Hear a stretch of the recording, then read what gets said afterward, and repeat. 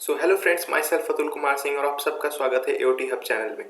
तो आज हम लोग पढ़ेंगे बायोलॉजी का एक और चैप्टर जिसका नाम है ब्लड ग्रुप। आज हम लोग देखेंगे कि हमारा ब्लड ग्रुप क्यों किसी का अलग अलग होता है, क्यों किसी का सेम होता है और इस ब्लड ग्रुप से क्या क्या फायदे होते हैं। आइए देखते हैं हम लोग एग्लूटिनोजेन और एग्लूटिनिन क्या होता है। सबसे पहले ब्लड ग्रुप में ये समझना जरूरी है।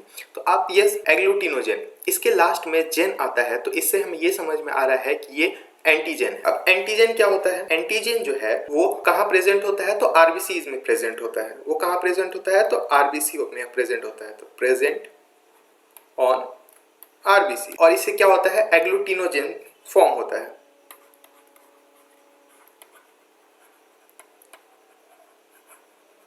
एग्लूटिनोजेन फॉर्म होता है। एग्लूटिनिन क्या होता है? तो हमारे बॉडीज में आपको पता है कि एंटीजेंस के साथ एंटीबॉडीज भी होते हैं। तो एंटीबॉडी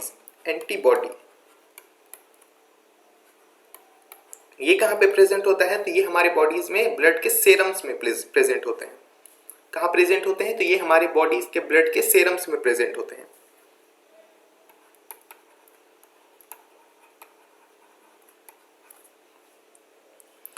और इसे क्या कहते हैं? एग्लूटिनिन कहते हैं।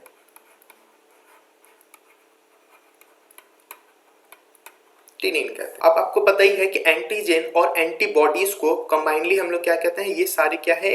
ग्लाइकोप्रोटीन्स है। तो antigen and antibody are glycoprotein.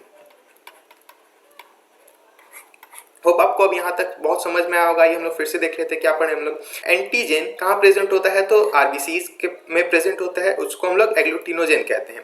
और एंटीबॉडीज क्या होता है? वो हमारे ब्लड के सेरम्स में प्रेजेंट होता है, जिससे हम लोग इसे हम लोग क्या कहते हैं? एग्लूटिनिन कहते हैं। और एंटीजेंस और एंटीबॉडीज को हम लोग ये क्या है? एक ग्लाइकोप्रोटीन है। अब जानते हैं कि एंटीजेंस क्यों होते हैं। तो एंटीजेंस जो होते हैं वो हमारे ब्लड ग्रुप को डिसाइड करते हैं कि हमारा जो ब्लड ग्रुप होगा वो ए होगा, बी होगा, ए बी होगा या फिर ओ होगा। हम सबको पता है कि हमारे 4 ब्लड ग्रुप्स होते हैं, ए बी और ओ।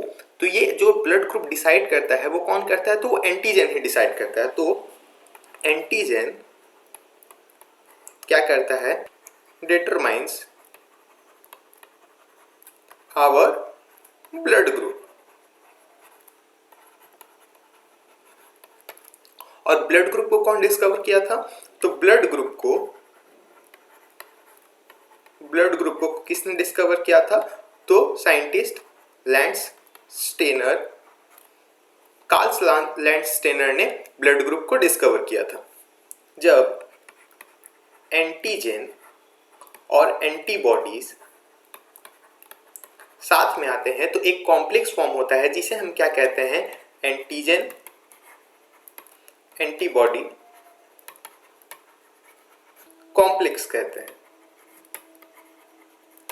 तो एंटीजन और एंटीबॉडी जब साथ में आता है तो एक कॉम्प्लेक्स फॉर्म करता है जिसे हम लोग क्या कहते हैं? Antigen antibody complex. जिसके रिजल्ट से क्या होता है? इसके रिजल्ट से एग्लूटिनेशन होता है।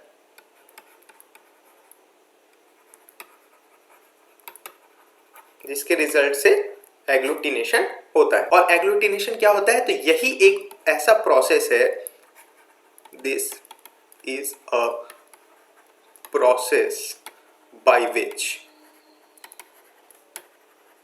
we can know our blood group। यही एक ऐसा प्रोसेस है जिससे हम लोग क्या कर सकते हैं? अपना ब्लड ग्रुप को जान सकते हैं। किसके थ्रू? एग्लूटिनेशन के थ्रू। आइए हम लोग आगे देखते हैं। तो आइए हम लोग देखते हैं कि ब्लड ग्रुप्स में ये जो यहाँ पे एजी है ये एंटीजेंस के लिए है और ये जो एबी है ये एंटीबॉडीज के लिए है। तो ये ब्लड ग्रुप्स में एंटीजन और एंटीबॉडीज कैसे वर्क करते हैं तो आइए देखते हैं। ये जो ब्लड ग्रुप है तो ब्लड ग्रुप ए में एंटीजन ए होता है। मैंने पहले ही कहा था कि जो एंटीजेंस होता है वही डिटरमाइन करते हैं कि हमारा ब्लड ग्रुप कौन सा होगा। तो ब्लड ग्रुप ए में ए एंटीजन होता है, उसका ऑपोजिट एंटीबॉडीज जो होता है वो बी होता है। ये कौन कौन से ब्लड ग्रुप्स से ब्लड रिसीव कर सकते हैं? मतलब रिसीवर कौन किसका किसका? तो ये ब्लड ग्रुप ए से ब्लड रिसीव कर सकता है और ओ से ब्लड रिसीव कर सकता है। ये दे किसको किसको किस सकता है? तो ब्लड ग्रुप जिसका ए है उसको दे सकता है और ए बी वालों को ये ब्लड ग्रुप दे सकता है। नाउ ब्लड ग्रुप बी, तो बी वाले में एंटीजन बी होगा। जो ब्लड ग्रुप होगा आप समझिएगा कि उसके अंदर वही एंटीजन है, तो ब्लड ग्रुप बी वालों का एंटीजन बी होगा। एंटीबॉडी उसका ऑपोजिट होता है तो इसका एंटीबॉडी ए होगा। ये किससे किससे ब्लड रिसीव कर सकता है, तो बी वालों से और ओ वालों से। दे किसको सकता है, तो बी वालों को और ए बी वालों को। Now blood group A B, तो ब्लड ग्रुप ए बी का एंटीजन क्या होगा, तो ए बी होगा। एंटीबॉडी, इसमें कोई एंटीबॉडी नहीं होता है।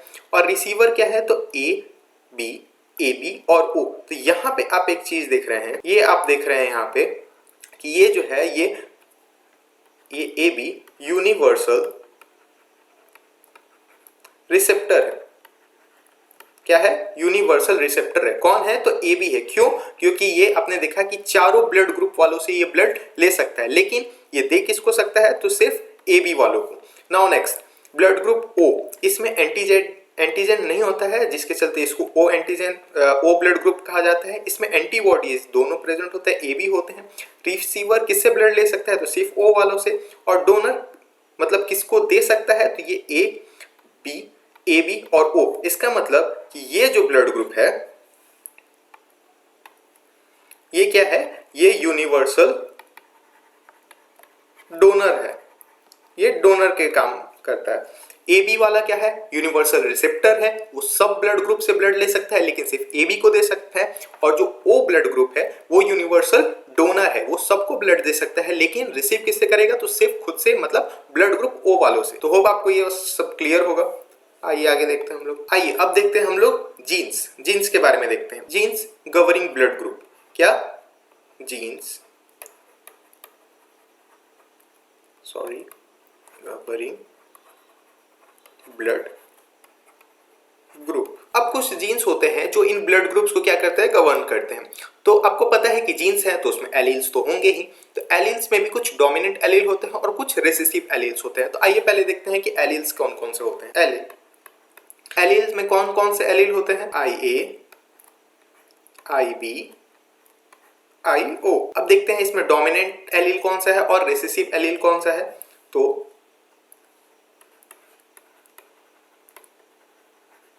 डोमिनेंट एलील जो है आई ए और आई बी है।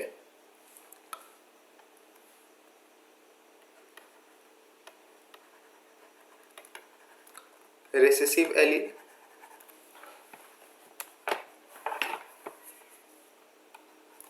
आई ओ है। तो होप आपको ये समझ में आया होगा, एलील समझ में आ गया क्या है, आई ए, आई बी और आई ओ। और इसमें डोमिनेंट एलील जो होता है वो आई ए और आई बी है और रेसेसिव एलील जो है वो आई ओ है। अब आइए देखते हैं कि ये जो ब्लड ग्रुप्स है उनका जीन्स पे क्या क्या प्रभाव पड़ता है, या फिर ये जीन्स का ब्लड ग्रुप पे क्या क्या प्रभाव पड़ता है। तो ब्लड ग्रुप ए जो है उसमें कौन कौन से जीन्स होते हैं और या फिर एलील्स होते हैं, तो आई ए होता है या फिर आई ओ होता है, किसमें, ब्लड ग्रुप ए में। अब ब्लड ग्रुप बी में आई बी होगा या फिर आई ओ होगा। ब्लड ग्रुप ए बी में आई ए और आई बी ही होगा और ब्लड ग्रुप ओ में आई ओ ही होगा। तो होप आपको समझ में आएगा कि ब्लड ग्रुप्स में एलील्स प्लस जीन्स या दोनों क्या फैक्टर्स, मतलब क्या रहते हैं और कौन कौन से रहते हैं। अब रेसस फैक्टर क्या होता है, तो रेसस फैक्टर हमारा ब्लड ग्रुप पॉजिटिव है या हमारा ब्लड ग्रुप नेगेटिव है ये बताने में हेल्प करता है। तो रेसस जो फैक्टर्स है वो किसने डिस्कवर किया था, तो रेसस फैक्टर लैंडस्टेनर और वाइनर ने डिस्कवर किया था। तो rhesus factor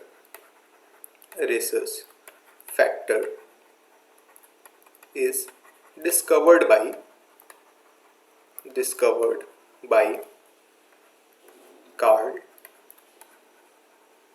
Landsteiner and वाइनर।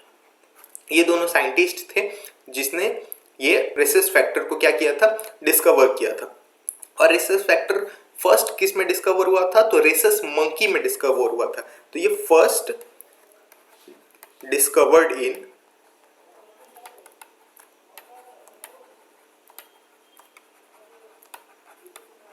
Rhesus monkey में ये क्या हुआ था, डिस्कवर्ड हुआ था फर्स्ट। तो जिस ब्लड ग्रुप में ये रेसस फैक्टर मिलता है उसमें पॉजिटिव होता है, वो ब्लड ग्रुप पॉजिटिव होता है जिसमें मिलता है, और जिसमें नहीं मिलता है वो RH नेगेटिव होता है, मतलब नेगेटिव ब्लड ग्रुप होता है। ये जो ये जो ब्लड ग्रुप पॉजिटिव है ये क्या है, ये डोमिनेंट ब्लड ग्रुप है। क्या है? डोमिनेंट ब्लड ग्रुप है। और ये क्या है? तो ये रिसेसिव ब्लड ग्रुप है, रिसेसिव ब्लड ग्रुप है।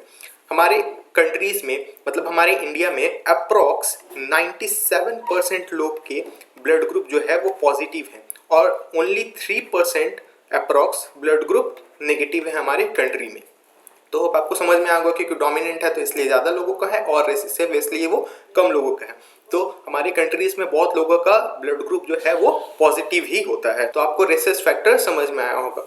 आइए देखते हैं आगे। आइए अब हम लोग देखते हैं ब्लड ट्रांसफ्यूजन में ब्लड ग्रुप्स क्या क्या हेल्प करते हैं। तो आपने कभी ब्लड डोनेट किया होगा तो आपने देखा होगा कि जो डॉक्टर्स होते हैं वो आपका ब्लड ग्रुप चेक करते हैं। क्यों चेक करते हैं? क्यों नहीं हम लोग कोई भी ब्लड ग्रुप किसी और को दे सकते हैं? तो हम जो हमारा ब्लड ग्रुप होता है वो हम सेम ब्लड ग्रुप वालों को ही ब्लड डोनेट कर सकते हैं। ऐसा क्यों होता है, क्यों इंपॉर्टेंट है ये देखते हैं। अगर हम लोग फर्स्ट ट्रांसफर में देखें, किसी का ब्लड ग्रुप पॉजिटिव है और उसने किसको डोनेट कर दिया? ब्लड ग्रुप नेगेटिव वाले को। समझ में आ रहा है? किसी का ब्लड ग्रुप पॉजिटिव है, उसने किसी को डोनेट कर दिया ब्लड ग्रुप नेगेटिव वालों को। तो इसका रिजल्ट ये होगा कि ये जो RH नेगेटिव है वो क्या कर देगा, वो एंटीबॉडीज बनाना स्टार्ट कर देगा किसके खिलाफ? RH पॉजिटिव वालों के खिलाफ। तो क्या होगा? स्टार्ट प्रोडक्शन या फिर producing antibodies against RH positive. तो क्या होगा?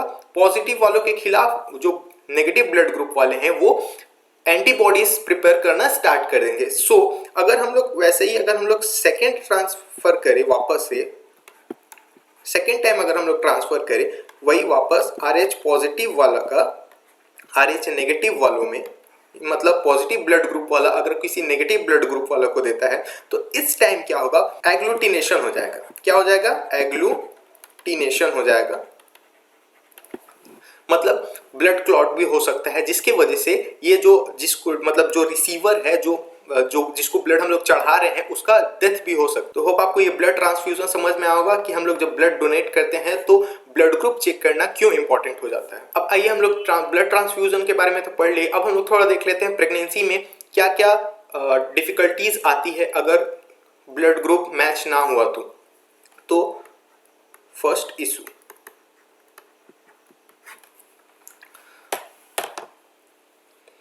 सिमिलरली यहाँ पे भी अगर RH पॉजिटिव वाला मेल है और RH नेगेटिव वाली फीमेल है तो इसका भी रिजल्ट जैसे ब्लड ट्रांसफ्यूजन में हुआ था सेम होगा। ये RH नेगेटिव वाला क्या करेगा? एंटीबॉडीज प्रिपेयर करने लगेगा किसके खिलाफ? RH पॉजिटिव वाला के खिलाफ। तो स्टार्ट्स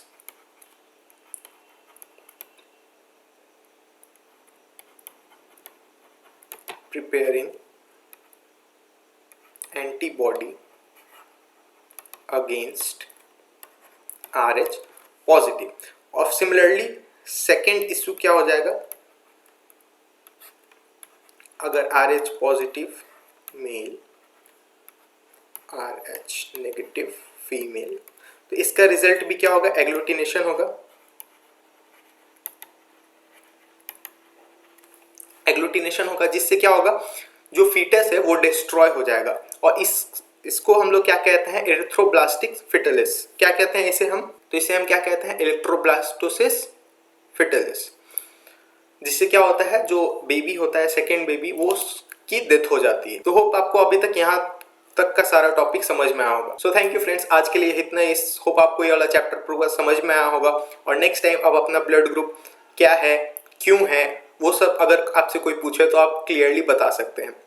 आप प्लीज़ मेरे चैनल को सब्सक्राइब कीजिए ताकि कोई भी नया वीडियो आए तो उसका नोटिफिकेशन आपको पहले ही मिल जाए। प्लीज़ मेरे वीडियोस को लाइक कीजिए और कमेंट कीजिए। Thank you friends.